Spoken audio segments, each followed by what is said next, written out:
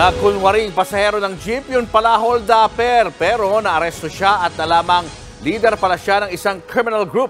Nasa frontline ng balitang yan, si Gary De Leon. Sa kulungan ng bagsak ng lalaking ito matapos mang-hold up ng pasahero ng jeep sa Quezon Avenue sa Quezon City. Siya si Joseph Tanoan, alias Benjamin Fajardo, 34 anyos. Ayon sa mga pulis, nagpanggap na pasahero ang suspect at tinabihan ng biktima sa tinutukan ng patalim. Kinuha po sa ating biktima yung kanyang cellphone. Natawagan po ng pansin ng ating mga patrol crew at kaagad na hinabol yung suspect at nasakutin ng ating mga tauhan. Pagdating sa presinto, positibong kinilala ng biktima ang suspect.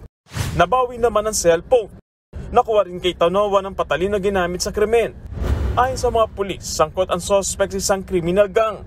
Lumalabas na ito po yung leader ng Bembol Group. Sila po ay involved sa mga serye ng pang-hold up po. Dati na rin nakulong ang suspect sa iba't ibang kaso, gaya ng frustrated murder, pagdanakaw at illegal na droga. Aminado siya sa krimen na nagawa lang daw niya para ipambayad ng mga utang. Maharap si Tanoan sa reklamong robbery at illegal possession of bladed weapon in relation to Omnibus Election Code. Nagbabalita mula sa frontline, Gary De Leon, News 5. Mga kapatid, Cheryl Cosip po, huwag maging huli at maging una sa lahat para sa tuloy-tuloy na balitaan at karagdagang impormasyon sa mga napapanahong isyu ng lipunan.